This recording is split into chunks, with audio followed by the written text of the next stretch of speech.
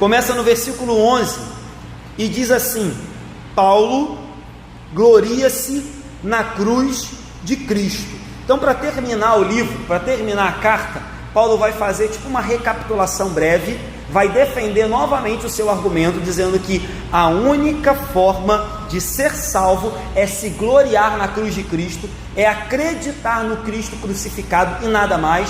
E aí Paulo vai mostrar qual a diferença da falsa e da verdadeira religião, qual é a diferença dos falsos e dos verdadeiros pregadores do Evangelho. A falsa religião vai dizer: olha, você tem que crer em Jesus, mas tem que fazer mais um negocinho aí para ser salvo.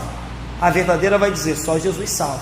Os falsos pregadores vão dizer: olha, você tem que crer em Jesus, mas você também tem que fazer um negocinho aí para ser salvo. E o verdadeiro pregador, o verdadeiro ministro vai dizer: não, creia somente em Jesus e será salvo tu e a tua casa. Então essa é a diferença, e Paulo vai fechar esse pensamento da carta aos Gálatas. Versículo 11 diz assim: vede com que letras grandes vos escrevi de meu próprio punho. Então Paulo diz assim: prestem atenção, vejam o tamanho das letras. Alguns acham que Paulo escreveu tudo em maiúsculo, Paulo escreveu em letras garrafais. Então Paulo diz: olha o tamanho da letra que eu escrevi com o meu próprio punho. E aí algumas teorias existem acerca disso. Alguns vão dizer: olha, Paulo escreveu toda a carta com letra grande. Contudo, se você for olhar, eu vou ler rapidamente aqui o final de várias cartas de Paulo, o final de 2 Tessalonicenses, o final de 1 Coríntios, o final de Colossenses. Paulo sempre diz que ele escreve a saudação, que ele escreve o final. Paulo, isso era uma tradição, Paulo tinha um amanuense que fala, secretário, e ele ditava, o secretário escrevia e Paulo apenas assinava. Quer ver? Vou ler para os irmãos rapidamente.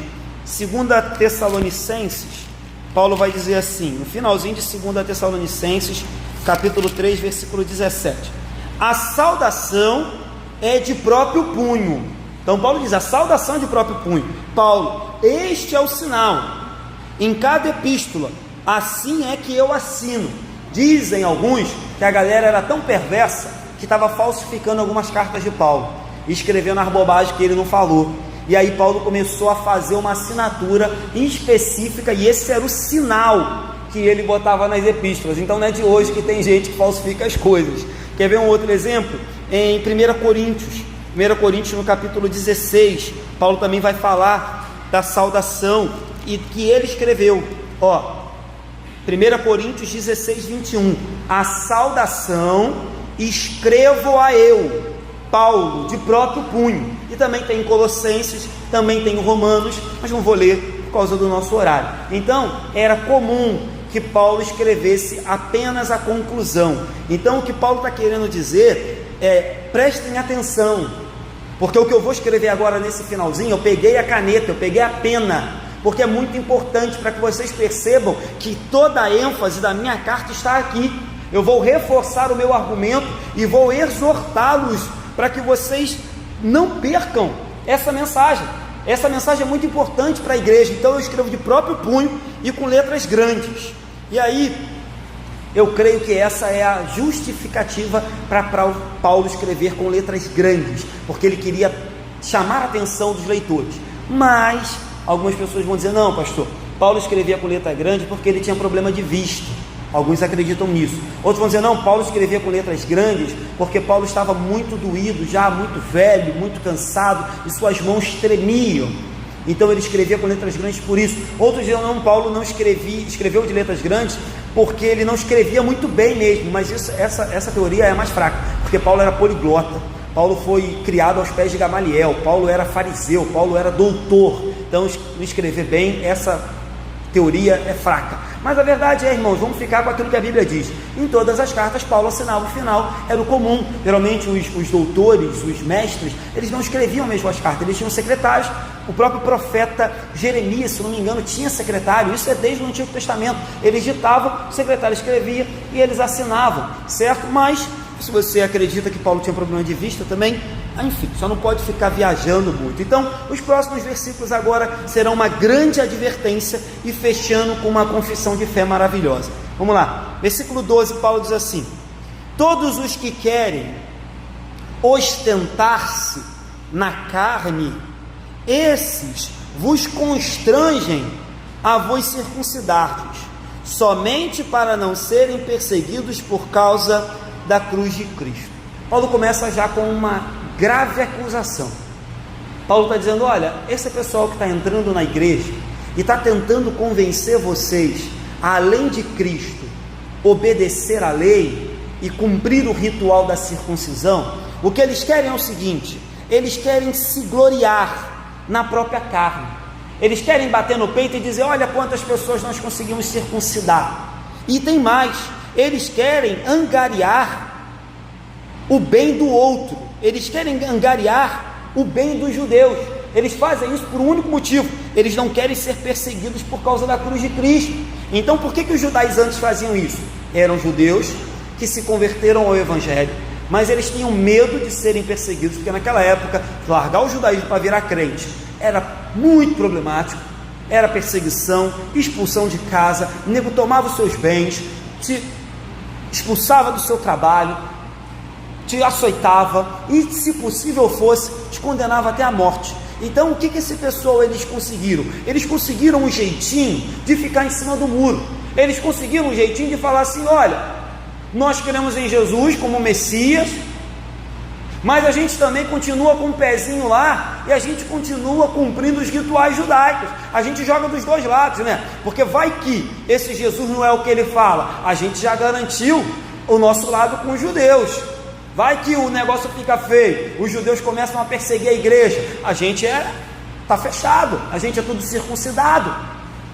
Mas se Jesus for certo, a gente também garantiu nossa boquinha, a gente vai para o céu por meio da fé em Jesus. Então o que essa galera queria era viver em cima do muro e garantir uma vida mansa, tranquila, se dando bem com todo mundo e ganhando honras dos outros, porque eram vistos como grandes conquistadores de homens para a circuncisão. Então o que eles queriam era causar uma boa impressão, o que eles queriam era parecer crente, mas parecer judeu, queriam parecer respeitáveis, queriam parecer homens que tinham poder, que eram influentes. Para eles a cruz era importante, mas ela precisava ser completada pela circuncisão. Jesus era importante, mas ele precisava ser completado por Moisés, por Abraão. Ou seja, eles intrinsecamente negavam a suficiência de Jesus, eles intrinsecamente não faziam o que Paulo diz no título. Paulo diz: Paulo gloria-se na cruz de Cristo. Eles tinham a cruz, mas tinham um negocinho a mais. E aí eu falo muito isso aqui. Você olha para algumas igrejas, o camarada tem a cruz, mas ele tem a denominação dele também como um meio de salvação. Tem a cruz, mas ele tem um santo lá, que ele é devoto. Tem a cruz, mas o pastor está em primeiro lugar. Então a gente tem muito disso, inclusive na igreja evangélica. Tem a cruz, mas tem o cantor gospel, que é meu ídolo, se falar dele eu brigo e tudo. Então a gente tem que tomar cuidado com isso, porque sem que a gente perceba, a gente começa a envolver o evangelho num monte de coisa que não importa. Na verdade o que importa é Jesus e a cruz. Tudo que passa disso não nos interessa. Então essa galera, eles queriam isso, eles queriam permanecer mantendo algumas práticas do judaísmo, mas garantir também a fé em Jesus. E aí eles escapavam de tortura, de açoite, de perseguição, de ser mal falado. Então, irmãos, cuidado com isso, porque também nos dias de hoje existe essa figura no meio evangélico. A galera quer vir para a igreja, quer vir domingo, receber uma palavra poderosa, sair empolgado, receber uma palavra de conforto, de consolo, uma palavra de autoajuda, viver a semana: pô, que palavra que o pastor me deu, mas não quer abrir mão daquele pedacinho, entre aspas, de judaísmo, não quer abrir mão daqueles pequenos ídolos e daqueles pequenos pecados que a gente carrega. É o que mais tem hoje também na igreja evangélica. A pessoa vem: não, pastor, eu acredito em Jesus, gosto de ouvir a palavra, né? O primeiro louvor que cantaram dizia isso: alguns conhecem, outros gostam de ouvir falar. Não, gosto de ouvir falar, gosto daquele pastor, gosto de como ele prega, gosto do louvor daquela igreja, mas continua com um pé lá e um pé cá, montando apenas uma aparência externa. E na boa, já falei isso aqui, evangelho não é aparência externa. Evangelho até pode mudar a sua aparência externa, sua maneira de falar, sua maneira de lidar com as pessoas, mas se o evangelho não mudar o seu interior, se o evangelho não mudar o seu coração, se o evangelho não mudar a sua pessoa, não fazer morrer o velho homem, nascer um novo, não é evangelho, é qualquer outra coisa. Então muitos rejeitam a cruz de Cristo por isso, porque a cruz humilha, já falei aqui, a cruz, ela fura o nosso balãozinho da vaidade, a gente está lá na vaidade, se achando no balão, a cruz vem, fura o balão te bota lá embaixo e diz, calma aí, baixa a bola, só tem um aqui que é poderoso, é Jesus, só tem um aqui que recebe glória, é Jesus, só tem um aqui que salva, é Jesus, não é você, não é sua igreja, não é sua pregação, não é sua denominação, baixa a bola. Não foi você que conquistou, não foi você que salvou ninguém, a igreja não está mais cheia, mais bonita, mais vazia, mais crente, por causa de você. Então a cruz vem, fura o nosso balão, a cruz vem e fere o nosso orgulho, fere nossa soberba, fere nossa prepotência e diz, calma, você estava perdido aí, você ia para o inferno, Jesus te amou, ninguém queria saber de você, Jesus te abraçou. Então, por isso que muitos odeiam a cruz, por isso que muitos preferem um evangelho mais água com açúcar, porque a cruz é dura. Mas já disse aqui, repito, para mim, a maior demonstração de amor é a cruz do Calvário. Versículo 13, Paulo vai seguir batendo nisso. Pois nem mesmo aqueles que se deixam circuncidar guardam a lei, antes querem que vos circuncideis, para que se gloriem na vossa carne. Então Paulo diz, olha, é um bando de hipócritas, nem eles mesmos guardam a lei, eles só querem fazer de vocês neófitos, eles só querem ganhar mais números, e quando eles conseguem circuncidar vocês, eles ficam se gloriando na carne de vocês, falando, viu quantos eu consegui circuncidar? E aí, me desculpem aqui fazer um paralelo, mas parece os dias de hoje, aqueles pastores que ficam contando vantagem, dizendo quantas pessoas eles batizaram, quantas pessoas eles ganharam, quantas pessoas eles converteram, só que eles esquecem, de novo, que o evangelho não é questão de números e de externo, o evangelho é questão de interno. Pouco me interessa quantos foram batizados, a minha pergunta é, houve transformação de vida? Teve mudança de caráter? Tem fruto do Espírito?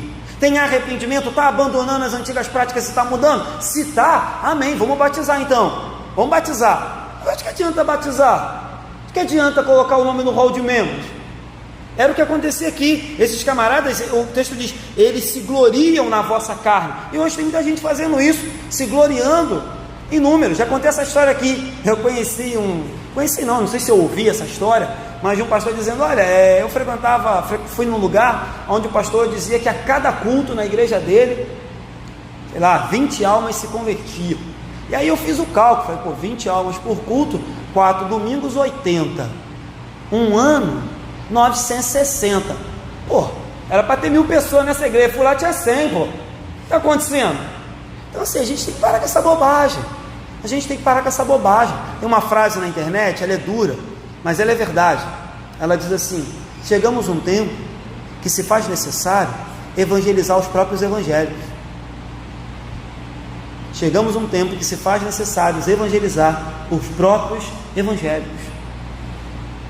que adianta inchar uma igreja, se às vezes tem gente aqui dentro, há muitos anos que não aprendeu ainda a essência do evangelho, não aprendeu a amar o próximo, não aprendeu a perdoar, não aprendeu a amar a Deus, não aprendeu que a gente pregou de manhã, semeadura, não aprendeu que se semear para a carne vai colher carne, se semear para o Espírito vai colher para o Espírito.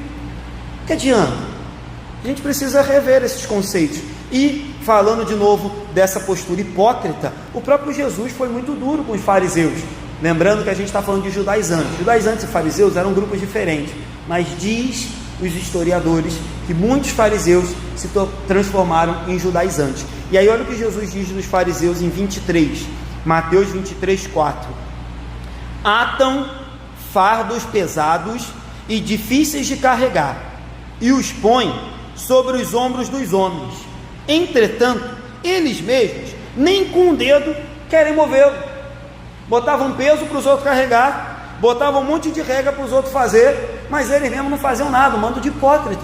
Então cuidado com isso, a hipocrisia vem de longe, a hipocrisia não é de hoje. Pessoas que bajulam as outras, mas na verdade querem colocar um jugo desigual, querem colocar uma pressão, uma opressão sobre as pessoas que nem o próprio Jesus colocou.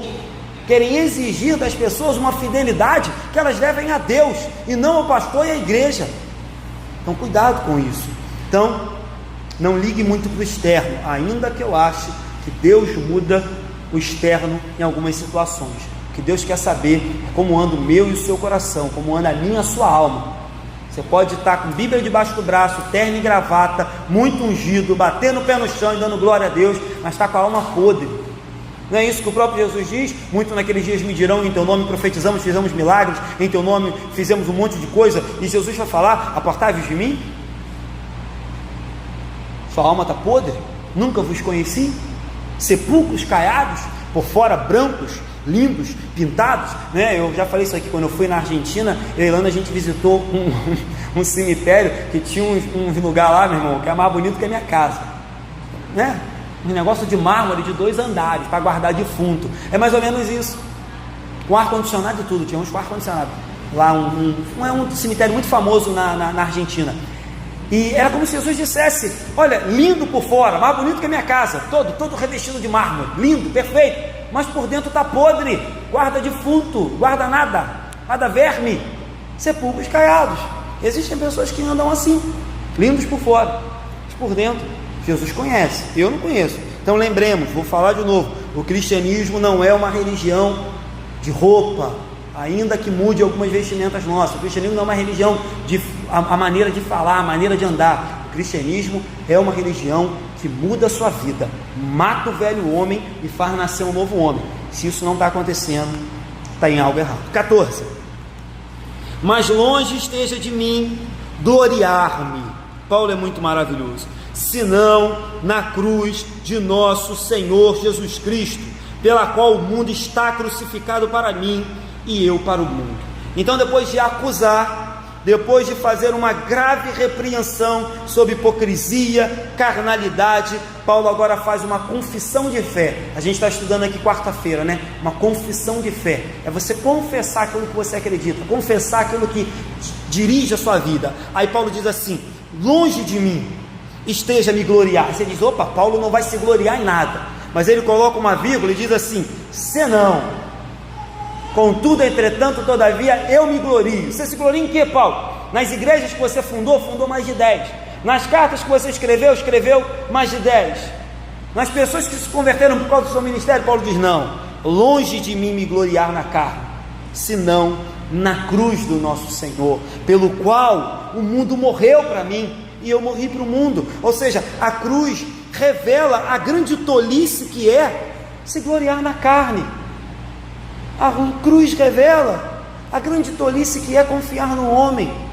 E Paulo diz: não me glorio no meu ministério, não me glorio na minha história, não me glorio nem na igreja de Gálatas, que foi ele que fundou e estava tendo um problemão, por isso que ele está escrevendo essa carta, para corrigir.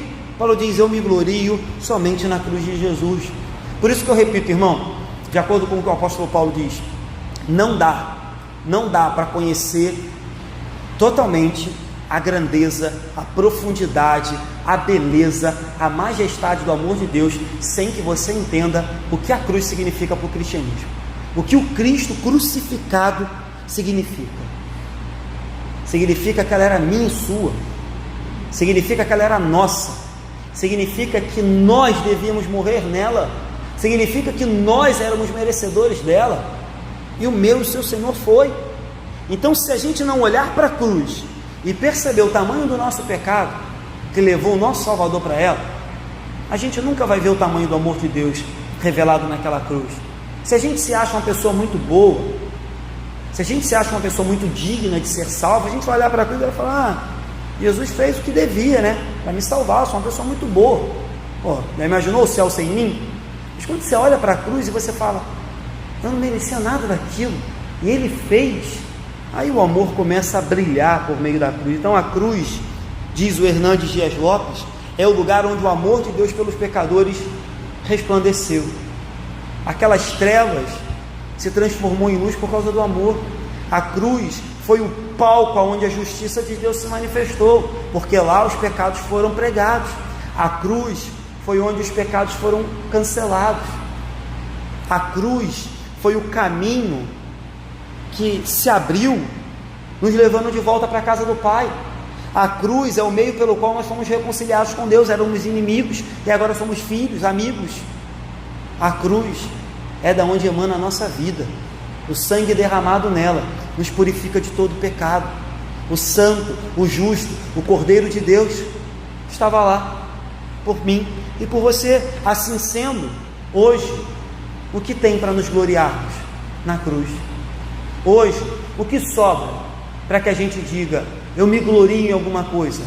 A cruz, e somente ela, nada mais do que ela, o nosso Salvador. De novo, não se glorie em nada, irmãos. De manhã a gente falou sobre isso, que os líderes devem ser honrados, sustentados, respeitados pela igreja. Faça isso, honre o pastor, respeite, mas se você quer se gloriar em alguém, se glorie em Cristo. Eu fico muito feliz quando alguns irmãos falam assim, pastor, que bênção tem sido, desde que o Senhor chegou. Eu fico feliz, continuo orando pela minha vida, graças a Deus, Deus não tem permitido que isso se torne soberba para o meu coração. Mas irmãos, em última instância, se glorie em Deus. Foi Ele que me trouxe, foi Ele que me salvou, foi Ele que me regenerou, foi Ele que me deu o ministério, foi Ele que me levou para o seminário, foi Ele que me trouxe até aqui. Então eu fico satisfeito quando as pessoas dizem, pastor, tem sido bênção, os momentos têm sido agradáveis, e que Deus nos permita continuar assim. Mas em última instância, a glória de quem? É minha? Nunca foi, nunca foi. Essa semana no gabinete, eu fazendo o gabinete, a pessoa fala assim, porque a gente sai da faculdade, pastor, e a gente não sabe o que vai fazer, né? A faculdade nos ensina. Então eu falei, e você acha que o seminário me ensinou o que eu tinha que fazer quando eu chegasse aqui? Eu simplesmente vim e fui vivendo. Você acha que o seminário me ensinou o que fazer no meu primeiro velório? Eu simplesmente vim. E a glória é de quem? De Deus. Você acha que o seminário me ensinou o que fazer quando chegar no leito de morte, no hospital, e não ter palavras para orar? O seminário não me ensinou. Então a glória é de quem? A glória é de Deus. Então Paulo diz, olha, longe de mim me gloriar, mas eu me glorio no Cristo crucificado, eu prego o Cristo crucificado, eu defendo, eu proclamo, eu oro, eu creio num Cristo crucificado, que foi o meu substituto, Ele foi no meu lugar. E aí o efeito de crer na cruz, crer em Cristo, são dois. Primeiro, o mundo está crucificado para mim, seus prazeres, suas tentações, suas ofertas não mais me seduzem. Eu sei que isso parece contraditório, porque às vezes a gente se sente um pouco tentado com o mundo, mas a verdade é que elas não mais me dominam. O mundo está crucificado para mim. Pode até ser que em determinado momento o mundo me provoque, mas aquele que habita em mim é maior do que aquele que habita no mundo. Então, qual é a consequência de crer no Cristo crucificado? O mundo está crucificado para mim, não me interessa mais o mundo, seus prazeres ficaram lá para fora, mas tem uma consequência dupla. Qual é a segunda? E eu também estou crucificado para o mundo. Eu não vivo mais para o mundo, estou morto para as obras da carne, fui condenado para as obras da carne, estou totalmente afastado, fui liberto, era escravo do pecado, agora eu sou escravo de Jesus, sou servo da cruz, sou servo da justiça. Logo, se o mundo está crucificado numa cruz, eu estou em outra, crendo em Jesus Cristo, servindo. Essa é a mesma linguagem que Paulo usa em Filipenses no capítulo 3, 7 e 8, Paulo vai dizer assim, falando nesse mesmo sentido, mas o que para mim era lucro, isso considerei perda por causa de Cristo. Paulo tinha muito lucro entre aspas. Paulo era doutor, mestre, fariseu, tinha muita honra, destaque, posição, e ele perdeu tudo isso. Então ele diz, o que para mim era lucro, considerei perda, crucifiquei, estou nem aí. Aí no 8 ele diz, sim, deveras, considero tudo como perda, por causa da sublimidade, do conhecimento de Cristo Jesus, meu Senhor, por amor do qual perdi todas as coisas, e as considero como refúgio. Refúgio aqui é a palavra esterco. Considero refúgio, tudo que eu tinha, considero nada, para ganhar a Cristo. É o mesmo contexto. Então Paulo sempre dizendo, olha, esqueça o mundo, não tem nada para te dar. Momentaneamente pode até te satisfazer, momentaneamente pode até ser prazeroso, mas depois vai descobrir que está semeando para a carne e vai colher condenação eterna. Seguindo,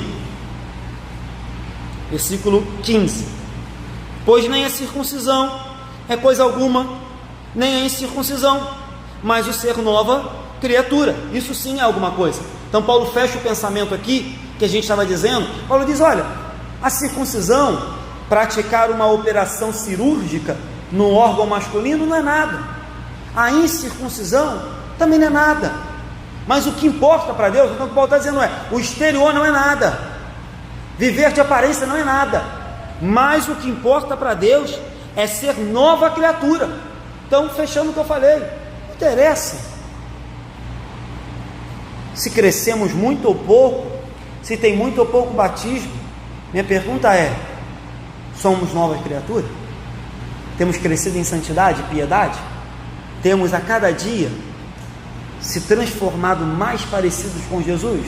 Se estamos, amém, queridos, o restante fica por conta dele. Esse é o mais importante. Então Paulo fecha aqui, lembremos das palavras de Apocalipse. Apocalipse diz que o nosso Senhor é aquele que faz nova todas as coisas, quando Ele vier fazer a nova Jerusalém, novos céus, nova terra. E quando a gente nasce de novo, é isso que Ele faz, nos faz nova criatura, uma criação nova, uma criação que vem direto do coração de Deus, uma criação que é infinitamente melhor do que a outra que nós vivíamos, porque essa vem de Deus. A outra é uma natureza carnal, agora temos uma natureza espiritual vinda de Deus. Por isso somos diferentes, ou deveríamos ser diferentes. Por isso somos pessoas que amamos, que perdoamos, que respeitamos, que entendemos, que abraçamos, que acolhemos, porque somos nova criatura, porque nos foi feita uma obra divina no nosso coração, e ele foi mudado, certo? Busquemos isso. 16: e a todos quantos andarem de conformidade com essa regra. Que regra? A regra do Cristo crucificado, a regra de ser nova criatura. Então, a todos que andam em conformidade com esta regra, Paulo diz: paz e misericórdias sejam sobre eles e sobre o Israel de Deus. Então, segundo a regra anterior, que regra? Cristo crucificado é o único Salvador, a cruz de Cristo é o único meio da gente se gloriar. Ser nova criatura é a única coisa que importa para Deus, o resto Deus não está nem aí. Quem vive de acordo com isso, somente para eles, Paulo diz, sobre esses, todos que andam assim, chegarão, alcançarão paz e misericórdia. Então a paz e misericórdia, elas são inseparáveis. Paz e misericórdia são bênçãos, privilégios dados por Deus para os crentes, para os filhos de Deus. Então o que acontece? Se a misericórdia de Deus não tivesse acontecido na cruz, nós jamais alcançaríamos paz. Por isso que elas são inseparáveis. Primeiro vem a misericórdia na cruz do Calvário e a paz nos alcança. Então, é isso que Paulo diz: todos que entendem essa regra, todos que andam semeando no Espírito, paz e misericórdia os acompanharão por toda a sua vida. Por toda a sua vida. É isso que Paulo diz. Outra coisa que gera dúvida aqui, Paulo diz assim no final: e sobre o Israel de Deus. Pastor, será que Paulo estava dizendo então que também tinha paz e misericórdia sobre Israel, aqueles judeus que estavam perseguindo os cristãos? Alguns acreditam nisso. A tradução melhor para essa palavra e aqui, que é o grego kai, deveria, alguns teólogos, ser a saber. Então o que Paulo está dizendo? E a todos quantos andam em conformidade com essa regra, paz e misericórdia sejam sobre eles, a saber que são o Israel de Deus. O que o pastor Hernandes diz? A igreja é o novo Israel de Deus. A igreja é o Israel de Deus. O Antigo e o Novo Testamento são uma só família. Antigo e Novo Testamento são uma só igreja. Antigo e Novo Testamento, já falei isso aqui na igreja, foram salvos por uma só pessoa, Jesus Cristo. Então, a gente crê, eu creio, que Israel tem um lugar reservado nas promessas e no plano de Deus. Eu creio que Deus tem uma história específica com Israel e Ele vai trabalhar na vida de Israel, mas entretanto, todavia, Israel tem que conhecer que o Salvador é Jesus. Não existe outra maneira de chegar no céu. Israel vai chegar no céu, tem gente que fala isso, porque é o povo escolhido. Espera aí, essa história parou, essa história acabou. Até porque mesmo quando era o povo escolhido de Deus, eles precisavam crer no Messias que haveria de vir, e o Messias já veio. Então eu creio que de forma soberana, não sei explicar como, Deus vai mover no final dos tempos a nação de Israel a um momento diferente. E outra coisa, é mandamento, a Bíblia diz que nós devemos orar pela paz em Israel. A Bíblia diz que abençoados são aqueles que oram pela paz em Israel. Então a Bíblia manda, eu não fico conjecturando, não fico inventando, eu cumpro o que a Bíblia manda. Mas também não sou daqueles que acham que Israel vai ser salvo só porque é judeu, porque o próprio Paulo diz, nem todo que nasce em Israel são verdadeiros israelitas. Paulo diz, nem todo aquele que é circuncidado é verdadeiramente servo de Deus. Então cuidado com isso. Então o que Paulo está querendo dizer é: paz sobre todos os que vivem em conformidade com a cruz, e eles são o verdadeiro Israel de Deus, eles são o povo de Deus espalhado pela face da terra. Então saiba separar isso, tá? Sim, respeito Israel, oro por Israel, acho sim que é o povo escolhido de Deus desde o Antigo Testamento, desde o início dos tempos, mas hoje encontram-se em rebeldia. Oro por Israel, acho que o povo de Israel, inclusive o Estado de Israel, é extremamente perseguido, atacado, mas acredito também que muito disso é consequência da própria rebeldia de Israel para com Deus desde o Antigo Testamento. Mas sim, fico satisfeito com a reaproximação do Estado brasileiro com o povo de Israel, com o governo de Israel. Fico satisfeito. Se aconteceu, se não aconteceu também pouco me interessa, isso pouco importa para Deus. Mas se a embaixada do Brasil for para Jerusalém, acharei que é digno, que é justo, mas também não vamos idolatrar Israel. Israel vive num momento de rebeldia, Israel vive num momento de pecado, Israel vive um momento de afastado de Deus. Como Deus vai tratar com ele no final dos tempos? Que dizem também, não sou expert em Apocalipse, que no final dos tempos Israel vai ter um papel muito importante na vinda do anticristo. Israel vai se levantar contra o anticristo. Beleza, posso crer nisso, mas repito, nenhum judeu vai chegar no céu se não crer em Jesus. Os do Antigo Testamento criam em Jesus? Criam, eles criam que Jesus haveria de vir, foram salvos pela fé no Messias que vinha. Os que estão agora têm que crer no Jesus que já veio, assim como a gente. Então Paulo deixa essa bênção para o Israel de Deus. Para mim, quem é o Israel de Deus hoje? Todo aquele que crê em Jesus, todo aquele que confia na cruz de Jesus. 17. Olha o que Paulo diz agora: quanto ao mais, ninguém me moleste. É como se Paulo estivesse dizendo: não, ninguém me perturbe mais, tá? Por favor, dê um tempo para mim. Quanto ao mais, pare de ficar causando problema para mim, por favor. Quanto ao mais, ninguém me moleste, porque eu trago no corpo as marcas de Jesus. Então Paulo diz assim: ó, levem a sério. Escrevi a carta, desci a pancada em vocês, falei por que vocês não devem obedecer essas bobagens, falei que a salvação é só em Jesus, está escrito. Leiam, levem a sério. Olha o tamanho da letra que eu estou escrevendo no final, e parem de me perturbar, que eu tenho mais o que fazer. Parem de me molestar. Eu trago no corpo as marcas de Cristo. E que marcas eram essas? Vou ler rapidamente, 2 Coríntios, no capítulo 11, Paulo vai nos dizer quais são as marcas de Cristo que ele trazia. Será que era um terno brilhoso, um sapato de verniz? Será que era aquele kippah, aquela roupa judaica? Será que eram essas marcas de Cristo? Uma trombeta? Paulo vai dizer quais eram as marcas de Cristo. 2 Coríntios capítulo 11, 24 e 25, Paulo diz assim: 5 vezes recebi dos judeus uma quarentena de açoites menos um. Fui 3 vezes fustigado com varas, 1 vez apedrejado, em naufrágio 3 vezes, 1 noite e 1 dia passei no mar, em jornadas muitas vezes em perigos de rios, em perigos de salteadores, em perigos entre os patrícios, que eram os irmãos, em perigos entre os gentios, em perigo na cidade, em perigo no deserto, em perigo no mar, em perigo entre falsos irmãos, em trabalhos e fadigas, em vigílias muitas vezes, em fome e sede, jejuns muitas vezes, frio e nudez. Além das coisas exteriores, há o que pesa sobre mim diariamente. O que pesava sobre Paulo diariamente, além de tudo isso? Olha o que Paulo diz: a preocupação com todas as igrejas. Essas eram as marcas de Cristo. Essa é a marca de um verdadeiro pastor. Essas são as marcas de um verdadeiro apóstolo. Aí você liga a televisão e vai ver os apóstolos de hoje. Falsos apóstolos, mentirosos. Essas são as marcas de um verdadeiro apóstolo. E confesso que nem eu as tenho, nem quero tê-las. São de Paulo, são dos apóstolos, os quais eu não sou digno de ser. Não sou. Então, as marcas de Jesus que autenticavam o ministério de Paulo. Hoje as pessoas dizem: olha a autenticidade do meu evangelho. Qual é? Minha igreja é grande. Olha a marca do meu evangelho. Qual é? Eu faço cura e milagre. Olha a marca do meu evangelho. Qual é? Eu adivinho o nome das pessoas. Isso é mentira, tá, gente? O pessoal pesquisa no Facebook. Já contei isso aqui, né? Como é que é? Você convida o camarada para pregar aqui na sua igreja, e aí ele diz que ele é profeta. que ele adivinha o nome e tal.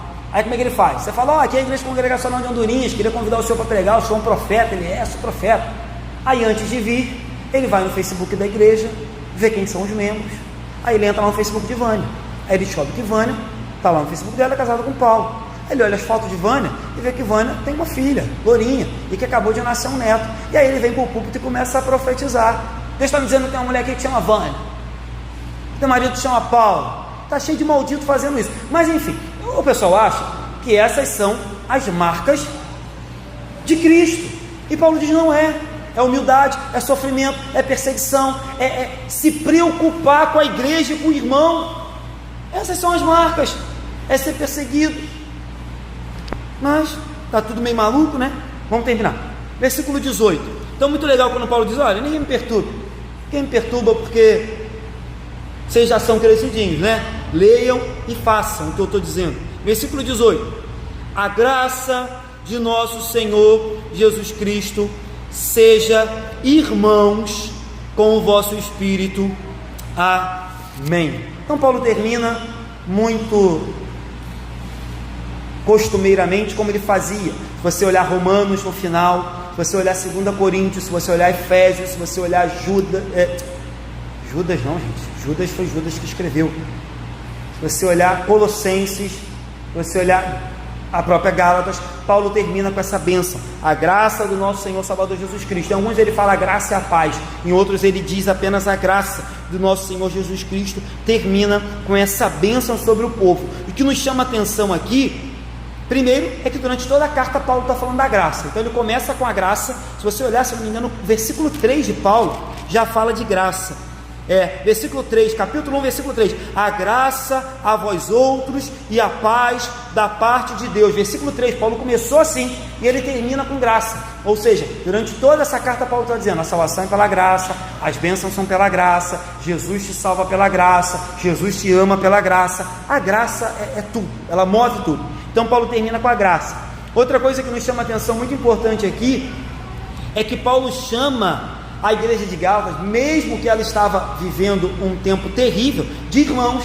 Paulo termina dizendo, a graça de nosso Senhor, entre vírgulas, irmãos, seja com o espírito de vocês. Então Paulo entende que mesmo no momento de fraqueza espiritual, mesmo no momento de vacilo, a igreja dos Gálatas era composta de irmãos em Cristo Jesus. Infelizmente alguns estavam dando um vacilo.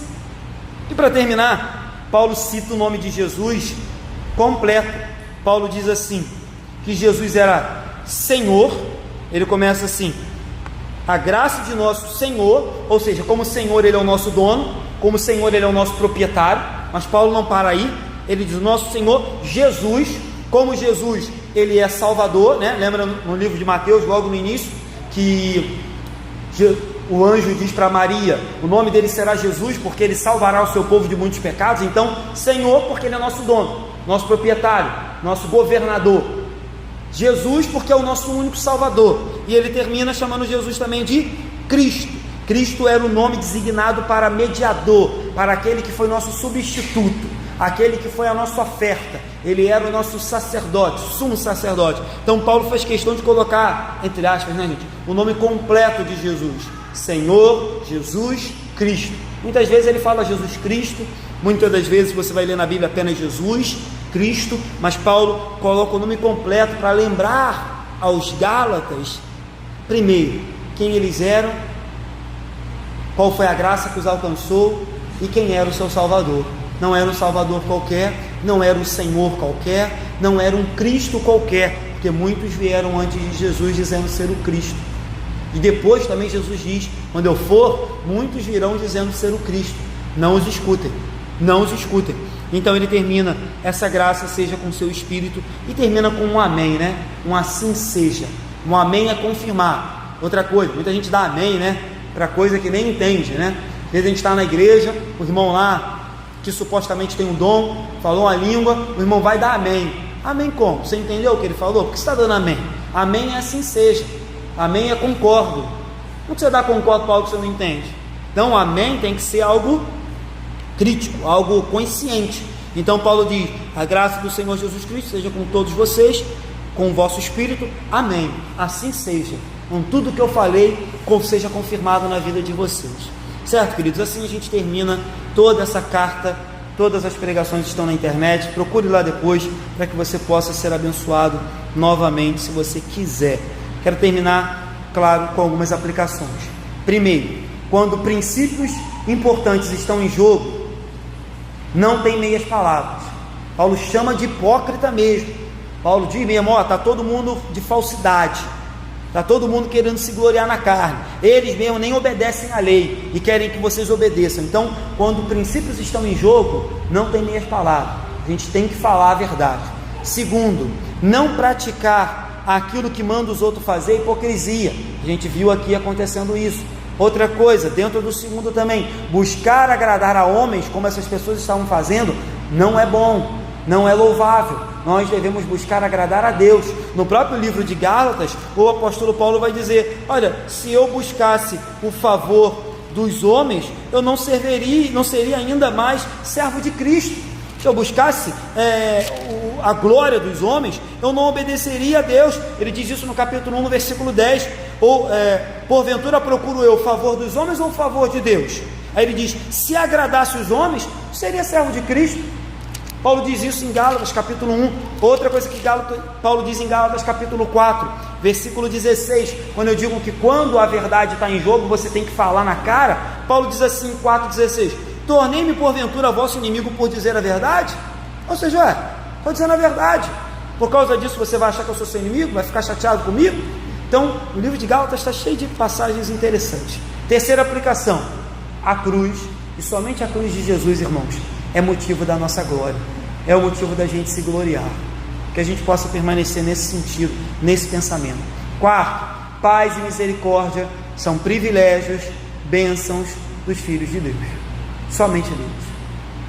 Quinto e último, não poderia deixar de falar, como o apóstolo Paulo diz: não me moleste. Nós devemos, irmãos, auxiliar, ajudar, cooperar os servos de Deus, e não criar problemas, não atrapalhar, não atribular. É claro que é papel do pastor, papel da liderança, papel dos ministros, estarem sempre prontos a resolver problemas e a atuar em problemas que acontecem na igreja, mas dentro do possível, a gente deve tentar não molestar, não complicar, não atrapalhar. Então Paulo diz: quanto ao mais, ninguém me moleste, porque eu trago no corpo as marcas de Jesus.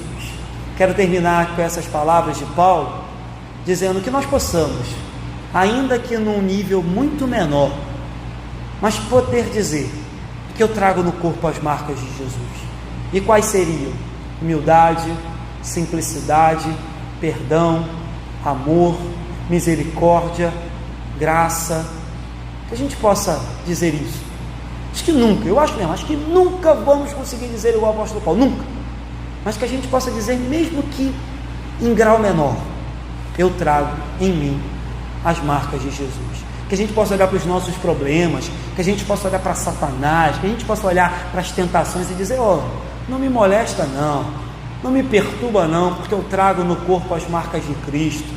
Que a gente possa olhar para as tempestades dessa vida, para os desertos dessa vida e falar: passa longe, porque eu trago no corpo as marcas de Jesus, e eu me glorio na cruz dele. Amém?